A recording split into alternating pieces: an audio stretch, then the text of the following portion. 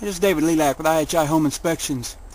Right here on the side of this log home, we have a dryer vent coming out the exterior, and it is the flap on it is clogged, and it is holding the vent open, and any birds or anything can get in there and build a nest, which would not be good for the rest of the dryer vent system.